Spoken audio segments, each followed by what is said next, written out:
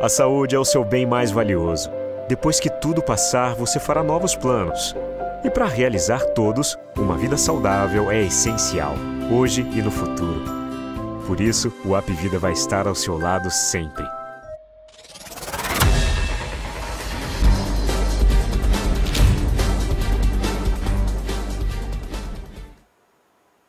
Muito bem, nós estamos de volta, hoje é segunda-feira, e nós estamos reiniciando os nossos trabalhos aqui na Hora do H, sempre recebendo uma personalidade que vem gentilmente compartilhar a sua expertise com todos os leitores, milhares de leitores do Portal do Holanda.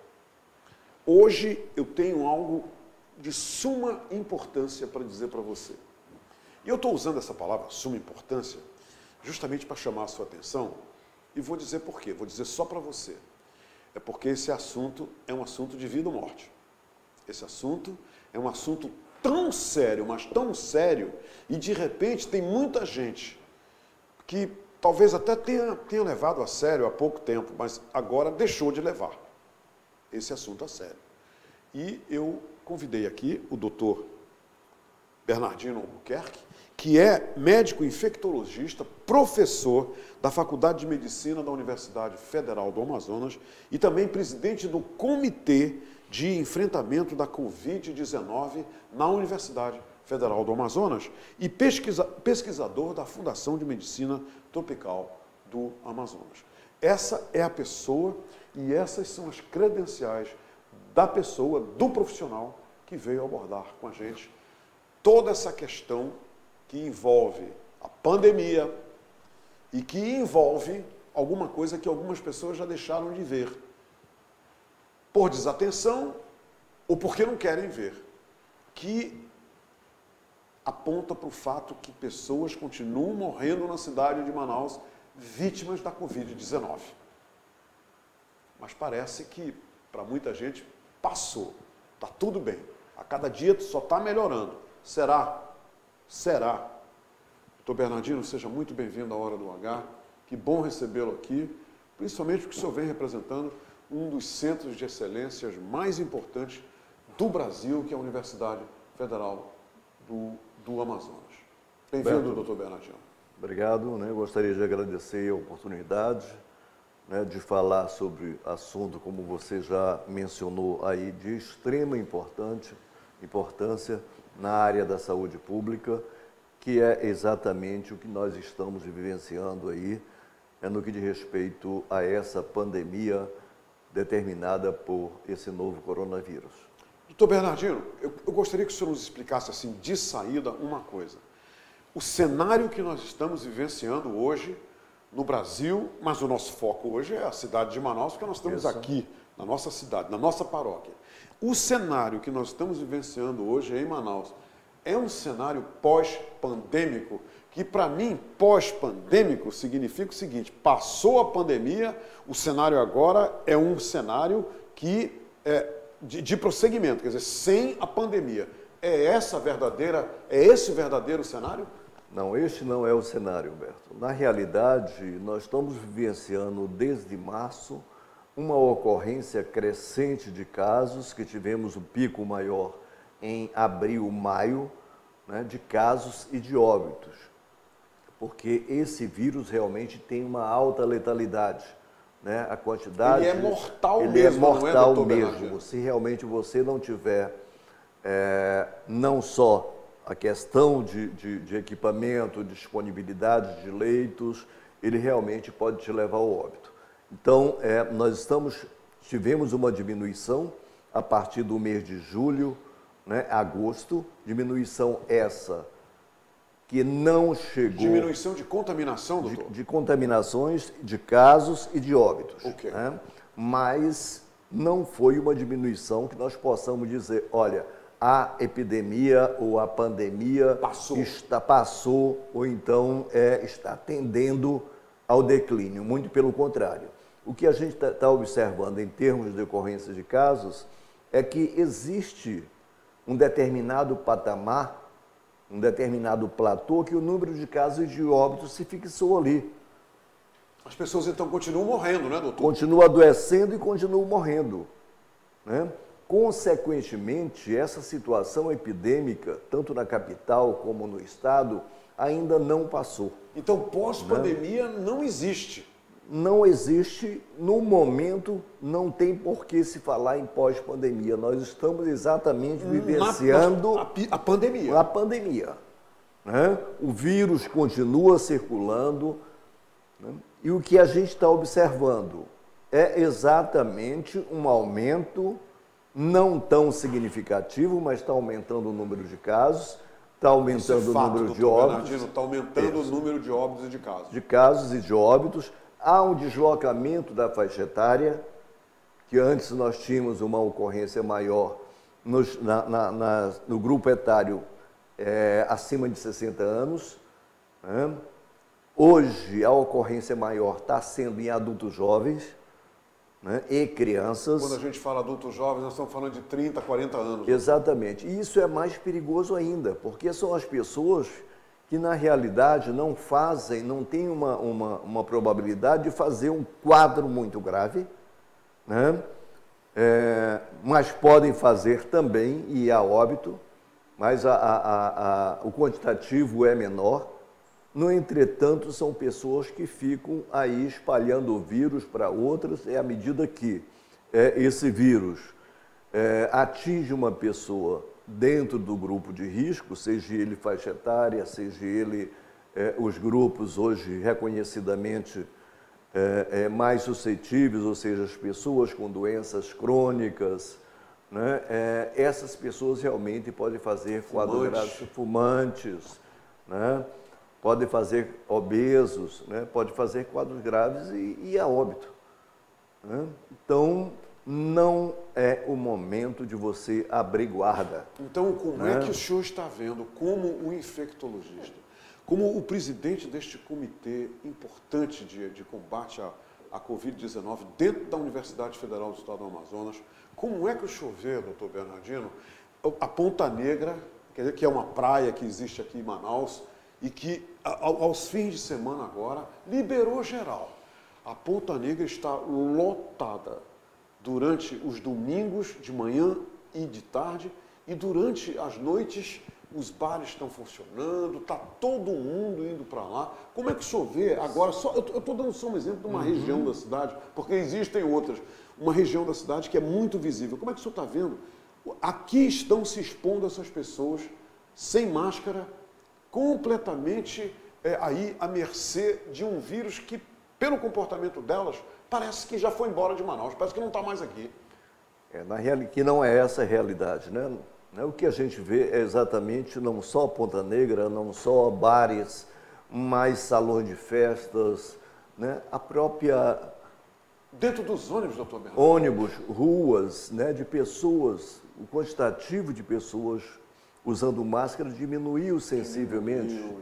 Né? E, às vezes, um outro problema, quando ele está portando a máscara, ele faz um uso indevido da máscara. Coloca, né? aqui, ou seja, coloca debaixo do queixo. Debaixo do queixo, né? Isso realmente é uma situação extremamente preocupante. É mesmo que não está usando a máscara? É mesmo que não está usando máscara.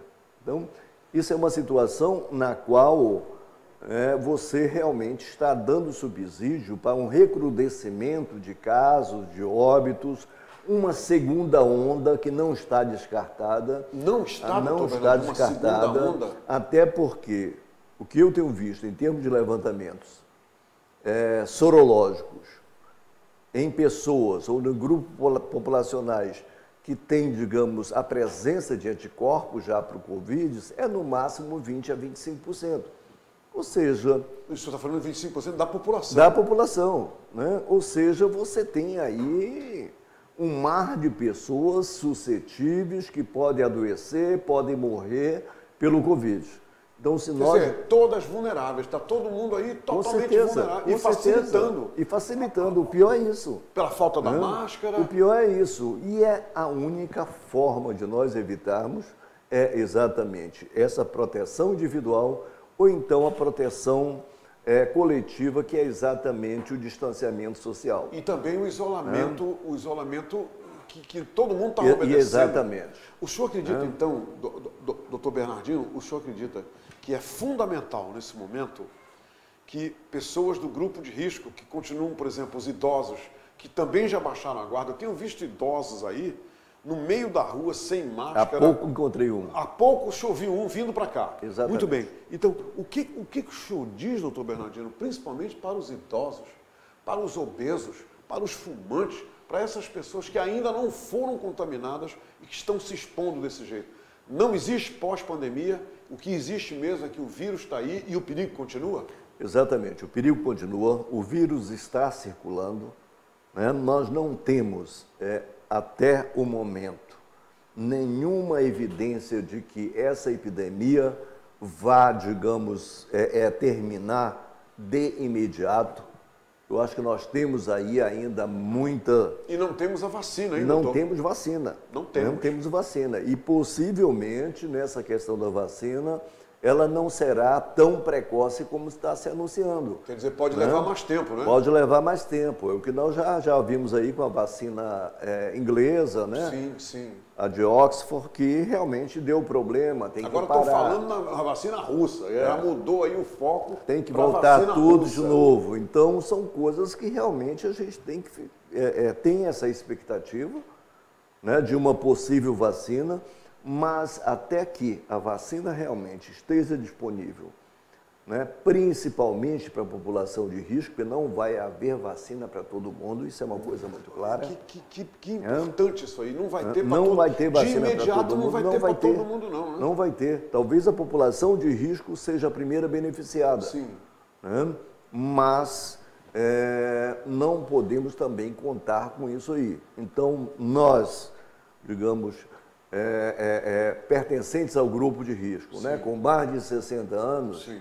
né? Pessoas realmente com doenças crônicas, diabéticos, hipertensos, pessoas com neoplasias, né? Que têm também essa probabilidade maior da infecção e de desenvolver quadros graves, nós temos exatamente de nos precaver, nós temos que trabalhar nessa questão da prevenção, não podemos abrir guarda, porque se assim o fazendo, nós podemos estar contribuindo aí para um recrudescimento dessa epidemia que nós estamos vivenciando tanto na capital Quer dizer, como no o senhor interior. está dizendo aí que a segunda onda tem grande possibilidade possível, de sim. atingir a gente. Com certeza, com certeza. Nenhuma dúvida, doutor Não há Bernardino. dúvida. Se a gente vê os países desenvolvidos aí, Humberto, né, o que está ocorrendo?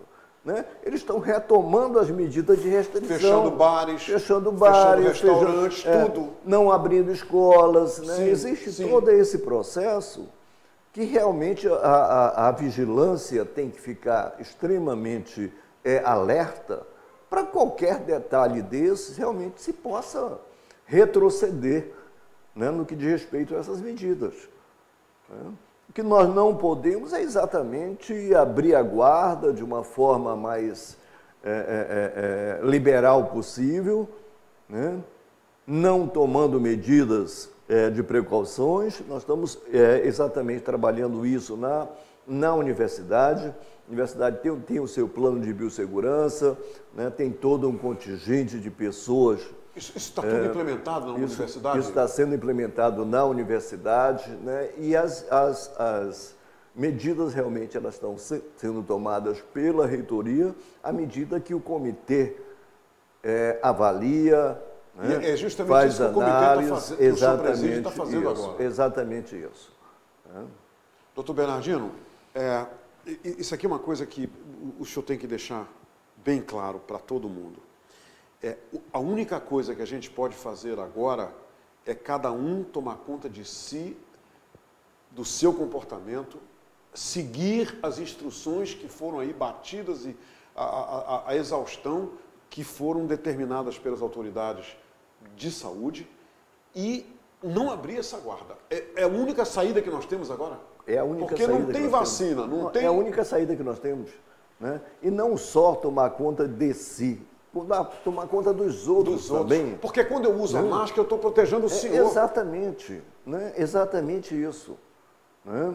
Então, o uso constante de máscara independe se eu já tive ou não tive Covid. Entendi. Né? É porque tem gente aí que já teve e está dizendo, não, eu agora já tive, acabou. Eu tô livre, mas ele está olhando para ele. Para ele, para ele. Mas ele não está olhando para as outras pessoas. E uma pessoa que já teve Covid pode ainda contaminar outras, doutor Bernardino? O grande problema, ele poderá não contaminar pelas vias aéreas. Sim, né? sim. Mas tem a questão das mãos, tem a questão... É verdade. Né? As pessoas, à medida que tem, libera tudo. Não, eu já tive, então o senhor posso fazer isso. falou uma coisa interessante, doutor Bernardino. Sabe o que eu tenho percebido? Nos supermercados, o uso do álcool gel está diminuindo.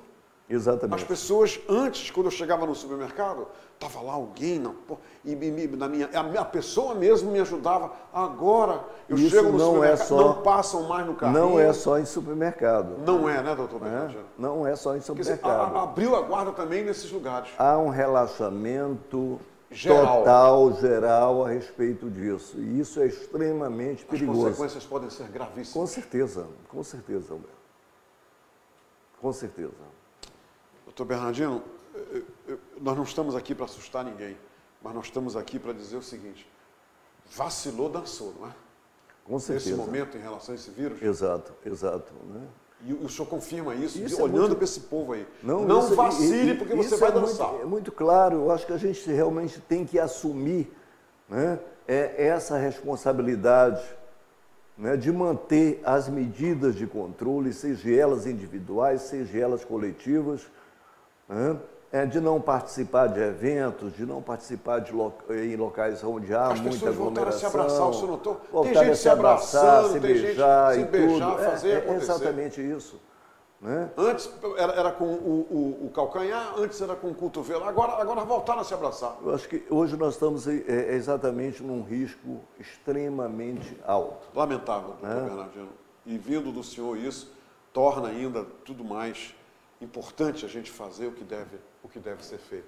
E pós-pandemia não existe. Não, isso não existe. Isso não existe. Agora de pós-pandemia, e agora, nesse momento pós-pandêmico, isso é uma falácia. Com certeza. O vírus está circulando. Está circulando e está matando. E está matando. Né? Uma outra coisa também que é interessante ressaltar as pessoas não estão procurando mais o serviço de saúde como procurava antes. É mesmo, doutor Bernardino? Ou seja, né, aquela questão do medo, do pavor, né, praticamente aquilo passou. As pessoas estão procurando o serviço de saúde quando realmente tem algum sinal ou sintoma que evidencia alguma complicação. E isso não é bom para o sistema de vigilância. Por quê? Porque você perde a visibilidade do que pode estar acontecendo. Né? Então, com certeza, se hoje a vigilância está nos alertando, olha, está aumentando o número de casos, está aumentando o número de óbitos, é sério. O potencial é muito maior. Muito maior. E a segunda onda parece assim que está se preparando. É possível. Teoricamente é possível. É totalmente possível. É possível. Doutor Bernardino Albuquerque, foi uma honra entrevistá-lo, que bom que o senhor veio aqui e que o seu alerta seja um alerta que seja seguido, obedecido e levado a sério. Eu acho que se isso acontecer, tudo que o senhor disse aqui pode salvar muitas vidas aqui na cidade de Manaus e em outros lugares do Brasil e do mundo que estão nos assistindo agora. Muito obrigado, doutor Bernardino. Com certeza, obrigado. Parabéns também pelo seu trabalho e toda a equipe maravilhosa de grandes profissionais, de grandes doutores, do corpo docente total da Universidade Federal do Estado do Amazonas. Agradecer Leve o nosso abraço para o nosso reitor, o Silvio Pulga. Com certeza. Muito obrigado. E agradecer aí toda a oportunidade que você está nos dando. Obrigado, Dani. Muito bem, minha gente, por hoje é só. É o seguinte, nada mais podemos dizer, mas só que você não tire da cabeça uma coisa. Pós-pandemia não é verdade. Quem disse foi um grande especialista, um renomado infectologista aqui da Universidade Federal do Amazonas, doutor Bernardino Albuquerque. Não vacile, porque se você vacilar, você vai dançar. Infelizmente, é a pura verdade. Obrigado pela companhia. A saúde é o seu bem mais valioso. Depois que tudo passar, você fará novos planos. E para realizar todos, uma vida saudável é essencial, hoje e no futuro. Por isso, o Apvida vai estar ao seu lado sempre.